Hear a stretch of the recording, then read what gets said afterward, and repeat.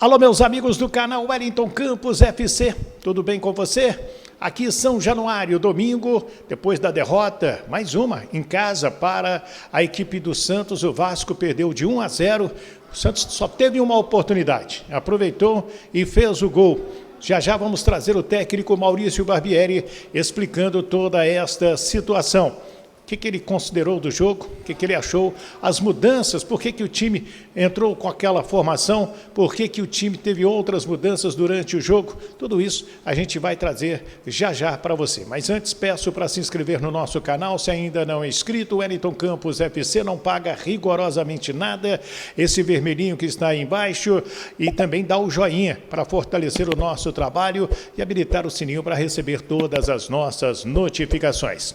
Agradeço sempre o seu carinho, o seu apoio. Depois da vinheta, a entrevista completa do técnico Maurício Barbieri aqui no nosso canal. Roda a vinheta!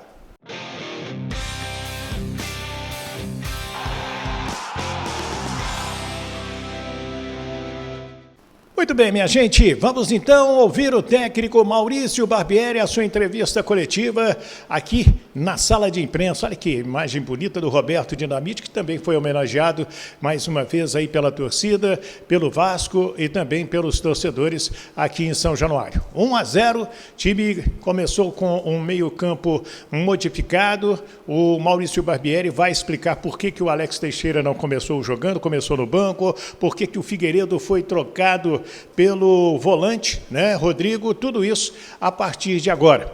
Eu abri a entrevista coletiva pedindo a ele que fizesse uma análise deste resultado. Olha, eu acho que o resultado, que é o fator principal que traz a insatisfação para o torcedor, a gente entende que foi um resultado ruim. Nós tínhamos outro desejo, enfim, eu acho que a gente produziu muito para ter outro resultado, mas a gente não conseguiu, essa é a verdade. Eu acho que até a gente tomar o gol, o Santos não tinha feito absolutamente nada. Depois que a gente toma o gol, a gente se perde um pouquinho, o Santos ainda não cria nada, mas a gente se perdeu um pouquinho, sentiu um pouco o peso do gol.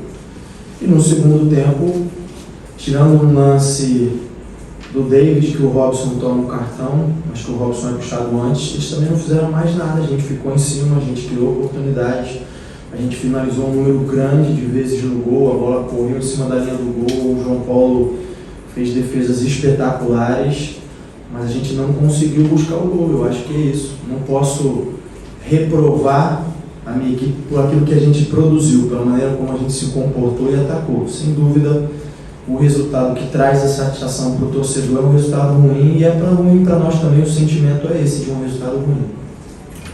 Boa noite, Maurício. Eu gostaria de estar fazendo essa pergunta com uma vitória, para que não parecesse algo pelo momento, porque eu formulei essa pergunta antes de vir para cá, e independentemente do resultado eu já iria de fazer essa pergunta. A gente fala muito aqui na cultura do futebol brasileiro sobre tempo, sobre quanto tempo um treinador precisa para trabalhar, quanto tempo um treinador precisa para poder construir o seu trabalho. Hoje você chega ao seu 5º mês como técnico do Vasco da Gama, num clube que a gente sabe que está passando por um processo de mudança mesmo, não só de jogadores, mas também de diretoria. A nossa cultura ela é muito imediatista, principalmente do resultado, mas se a gente for recapitular esses últimos 5 meses, o Vasco começou muito bem dentro do Campeonato Carioca, conquistou seu objetivo, que era chegar à semifinal, construindo, propondo, como foi prometido. Tem uma eliminação muito dolorosa para o ABC, o que é muito ruim, que já gera também uma pressão para o Vasco da Gama e também para o torcedor. E a gente tem que entender o contexto do Vasco também. Nos últimos 20 anos esse clube aqui foi sucateado por todas as pessoas que passaram aqui, todas não, mas muitas vezes sucateado, não à toa. Essa fórmula, essa receita de bolo do Vasco, que é um dos clubes que mais troca de técnico no século, foi trocar de treinador. O Vasco tem 4 rebaixamentos e uma permanência na Série B trocando de treinador.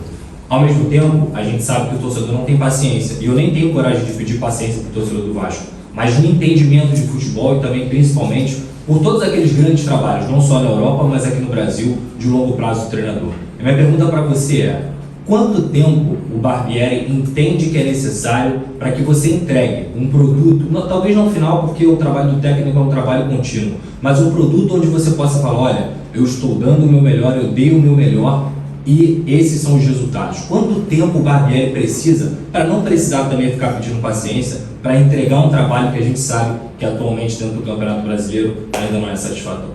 Obrigado.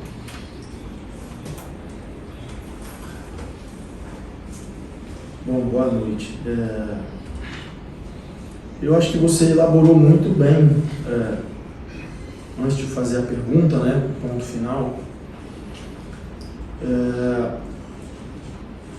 E eu já vou te adiantar, assim, eu não tenho como te dar um prazo exato, daqui tantos jogos, ou daqui tantos dias, ou tantas semanas. Eu acho que vai na linha do que você falou, você fez um resgate que é importante, que é importantíssimo, né? Que é esses últimos anos, como o Vasco estava sucateado, os rebaixamentos e tudo aquilo lá. E isso traz uma aflição muito grande para o torcedor, porque no momento em que ele vê uma luz no fim do túnel, e essa é a verdade, porque o túnel era completa escuridão até pouco tempo atrás, a gente não pode esquecer que até alguns meses atrás o Vasco estava com dificuldade na Série B, né? Isso é importante. E aí eu posso fazer uma analogia o seguinte: para um paciente que está na UTI, não dá para esperar que ele vai pular da cama e sair correndo, mas dá para esperar que ele vai se reerguer, que ele vai fazer a fisioterapia, que ele vai... E a gente está nesse processo. Eu sei que o torcedor não quer ouvir isso, eu também não gostaria de estar dizendo isso nesse momento. Agora, eu preciso ter o cuidado e conto com a colaboração de vocês para a gente entender que um resultado como esse também não quer dizer que não houve ganho nenhum até agora. Porque a gente tem uma base de equipe e volto a dizer, hoje, se a gente olhar para o jogo, tirando 1-0, o Vasco foi infinitamente superior ao Santos. Isso é resultado do trabalho. Não nos trouxe o resultado do jogo que nós queríamos. Não nos trouxe o resultado em pontos que nós queríamos. Mas para a gente sair de uma situação, se eu não me engano, o Santos nunca foi rebaixado, é isso? Nunca. É um time que está acostumado a jogar na elite há muito tempo, né? Então a gente conseguiu ser infinitamente superior a eles dentro de campo. Isso é resultado do que a gente já vem fazendo. O que a gente tem que fazer agora é transformar isso em resultado final de jogo, transformar isso em pontos ganhos. A gente tem conseguido competir oscilando o desempenho, e eu reconheço isso, contra grandes equipes, como eu vinha falando anteriormente, mas precisa traduzir cada vez mais isso em resultado. A gente está nesse caminho, eu não consigo te dar um tempo. Posso te falar com a maior sinceridade do mundo, que a gente segue trabalhando, que a gente segue lutando, segue fazendo tudo que está ao nosso alcance. Se tem uma coisa que eu não posso reprovar os meus jogadores de jeito nenhum, não vou fazer, foi que eles competiram, do primeiro ao último minuto. Eles deixaram tudo dentro de campo. Figueiredo pediu para sair com canha. Eles entregaram tudo que podiam, tentaram. A gente precisa ser mais eficiente? Concordo, sem dúvida nenhuma. A gente precisa ter mais competência para colocar as bolas para dentro, para terminar melhor, para de repente escolher melhor no último passe. Estamos de acordo, eu e eles também, todo mundo está de acordo. Isso a gente tem que evoluir, tem que crescer nesse sentido. Mas é um processo, muitas vezes é doloroso. E aí, eu entendo a insatisfação do torcedor, ela faz parte, o torcedor tem direito de se manifestar como se manifestou, cabe a nós trabalhar, fechar a boca e tentar entregar cada vez mais e melhor. Maurício Tebra, do Grupo Globo, boa noite. Hoje você optou por uma escalação diferente, houve mudanças do time titular. Galarza, Barros e Figueiredo foram titulares hoje. O Galarza, acredito que ele seja o substituto ali do André, e os outros são por opção técnica, o Figueiredo e o Barros. Uma partida que, como você falou, até o gol que o Santos fez, o Vasco tinha uma postura, conseguia trabalhar as jogadas ali no campo de ataque. E aí o gol acaba condicionando muito a partida, que você falou, mexe com os jogadores do Vasco e também condiciona a partida porque o Santos recua e dá menos espaço, né? E aí, dentro desse sentido, assim, é mais uma partida em que o Vasco sofre um pouquinho e tem dificuldades para furar esse bloqueio, assim, quando uma equipe se posta ali na frente do gol, o Vasco tem tido dificuldades nesse sentido, de conseguir fazer o gol, de conseguir furar o bloqueio. Então, duas perguntas em uma, assim, o que você esperava quando você fez essas mudanças na escalação, né, no time titular, e por que o Vasco está tendo tanta dificuldade, assim, de conseguir furar essas defesas que se colocam em bloco ali na frente do gol, né? Obrigado. Boa noite. As mudanças foram por uma série de circunstâncias, eu vou citar algumas. Primeiro, em relação à organização defensiva da equipe do Santos, a gente entendeu que ia conseguir explorar bastante se a gente tivesse dois interiores, que eram o Barros e o Galarza, que não tem tanta característica de armação de jogo, mas a ideia era que o Jair pudesse fazer essa passagem da defesa para o ataque, como ele fez muito bem no segundo tempo contra o Curitiba. O Jair não estava 100%, porque ele teve um entorse feio no tornozelo, num lance do Curitiba em que o Zé Roberto dá um carrinho nele, que é até motivo de reclamação do clube junto ao CBF. Naquele lance o Jair teve um entorse importante, então o Jair não estava em condição, então uma das ideias era também ajudar a proteger o Jair, ter dois caras que fossem marcar, que dessem consistência ao meio campo. O Alex é um jogador que nos ajuda nisso, tem presença, tem finalização, é um jogador um pouco mais criativo, mas o Alex na véspera do jogo estava com a CK elevada, termografia alterada, com sinais de cansaço, então a gente entendeu que na sequência seria um risco começar com o Alex para jogar 90 minutos, e isso ajudou também a eu escolher essa outra formação. E eu acho que a gente fez bem, porque até a gente tomar o gol, a gente estava criando oportunidades, chegando e jogando eles para trás, mas realmente sentiu um pouco, pesou essa questão emocional na hora do gol. Em relação a jogar contra as equipes fechadas, o que eu posso te responder é que essa não é uma dificuldade do Vasco, essa é uma dificuldade de qualquer equipe.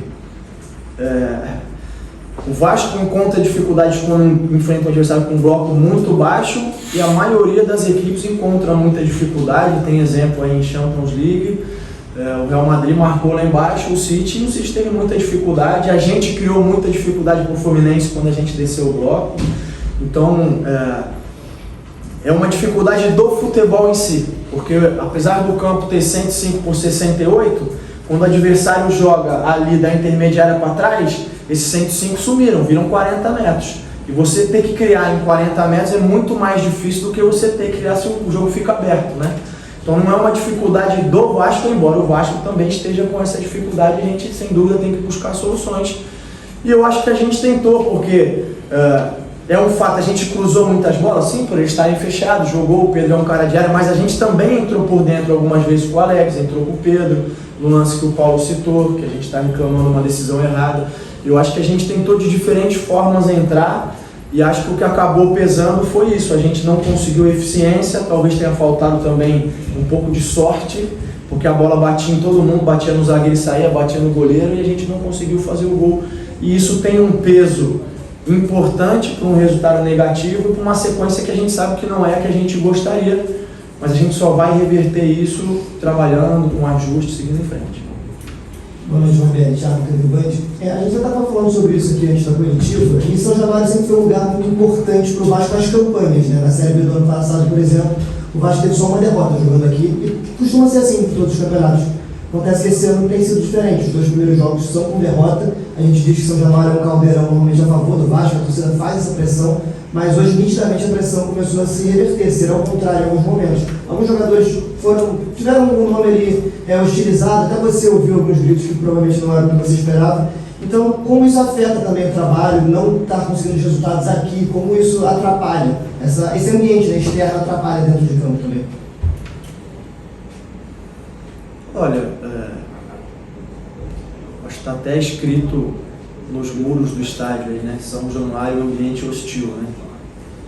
E o fato é que os resultados têm feito, talvez, em alguns momentos da partida, o ambiente está mais hostil a nós mesmos do que aos adversários. Agora, a gente só vai reverter isso com resultados positivos, a gente sabe disso. Então, é manter o nosso foco, a nossa concentração e o nosso trabalho naquilo que a gente pode fazer, que é tentar apresentar, buscar resultados positivos aqui dentro, e aí eu tenho certeza que o ambiente vai se voltar a ser a nosso favor.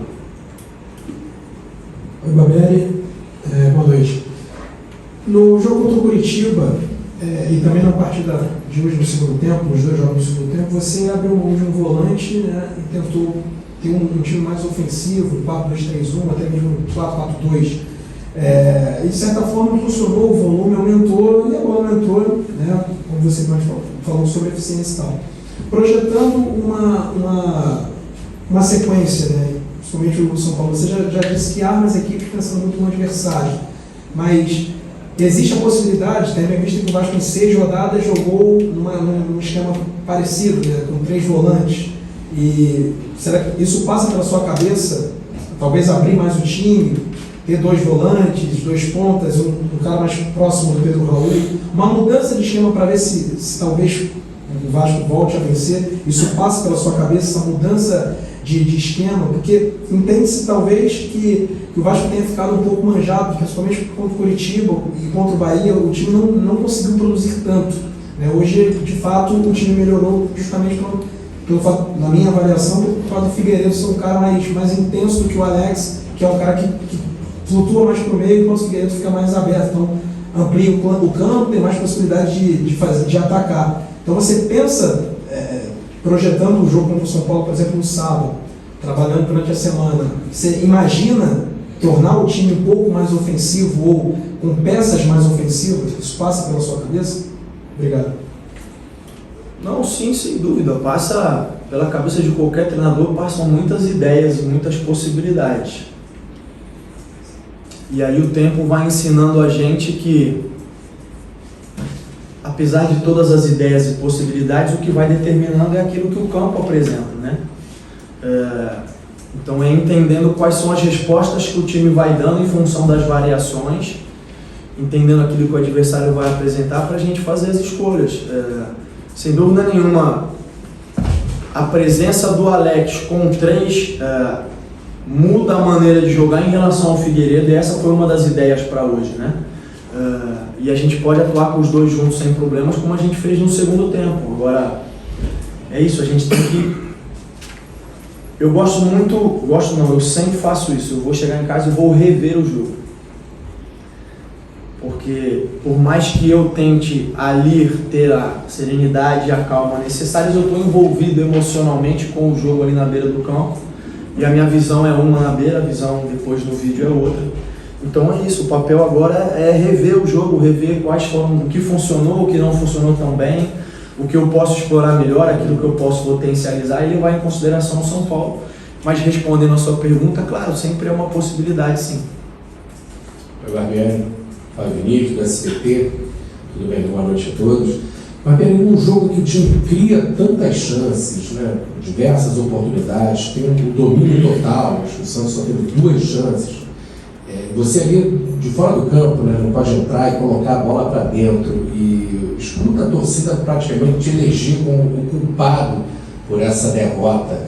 Você disse que compreende o torcedor, porque a gente sabe que a cultura do futebol, o torcedor cobra, mas você acha justa ser crucificado e ser xingado naquele momento que você está saindo ali do campo, ouvindo a torcida gritar, depois de um jogo como esse?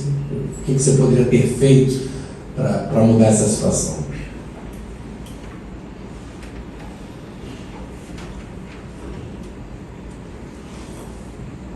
Boa noite. Vou começar pelo final. A única coisa que poderia ser diferente seria o resultado para mudar essa situação.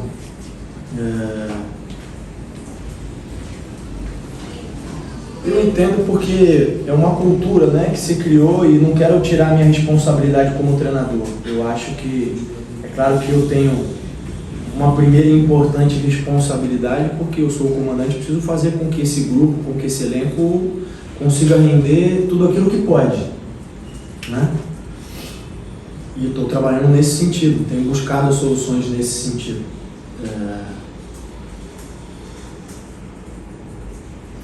Não é algo que vai me tirar o sono.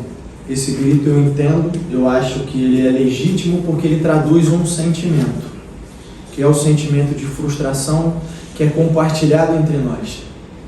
O torcedor precisa estar ciente que nós compartilhamos do mesmo sentimento. Talvez ele responda de outra forma. E a mim não cabe julgar a resposta dele. Cabe ter empatia por aquilo que ele sente e eu gostaria que ele entendesse que o sentimento é o mesmo, é de frustração. E eu vou voltar num ponto que eu falei até pelo dia especial que é hoje, que é Dia das Mães. E eu sou pai. Não consigo estar tão presente na vida dos meus filhos como a mãe dos meus filhos, mas eu me sinto tão responsável quanto. E vou pegar um gancho. Se o meu filho fizer se esforçar muito, fizer tudo aquilo que está ao alcance dele, para passar numa prova, para passar num teste, fizer tudo aquilo que ele pode fazer, e ele não conseguir, eu vou chamar ele e vou dizer, nós vamos estudar mais, estudar melhor, trabalhar mais e melhor, e nós vamos tentar de novo. E é isso que eu quero que o meu elenco entenda hoje, porque foi o que eu disse. Eu não posso reprovar o quanto eles lutaram, brigaram, se sacrificaram, buscaram fazer o gol. É evidente que existem situações de melhor. Nós vamos trabalhar de novo para fazer mais e melhor e vamos tentar de novo. E é essa a mensagem que eu posso passar para o torcedor. Nós vamos essa semana trabalhar mais, trabalhar melhor e nós vamos buscar de novo no sábado. A manifestação dele, volto a dizer, é em função do sentimento dele e tem parcela de culpa grande. A gente não conseguiu entregar o resultado que ele esperava, que nós esperávamos. Então, é seguir fazendo as coisas, tentando melhorar sempre. Aí o técnico Maurício Barbieri conosco. E aí, o que você achou? Quero o seu comentário, opine. E o Paulo Brax, antes de começar a entrevista coletiva, disse que amanhã vai à CBF, vai reclamar da arbitragem do pernambucano, que hoje, no entendimento do Vasco, deixou de dar 2 pênaltis, um em cada tempo. E amanhã o Vasco sabe, vai até a CBF reclamar da arbitragem. Você também acha que houve problema de arbitragem? Comente aí, quero a sua opinião. Se você não é inscrito, se inscreva no nosso canal. Wellington Campos FC não paga rigorosamente nada. Dá o joinha para fortalecer o nosso trabalho junto ao YouTube. Quanto mais joinha você dá, mais o YouTube recomenda esse nosso vídeo para os torcedores que gostam deste conteúdo. Muito obrigado. Fiquem com Deus. Uma grande semana da Sala de Imprensa de São Januário, Wellington Campos.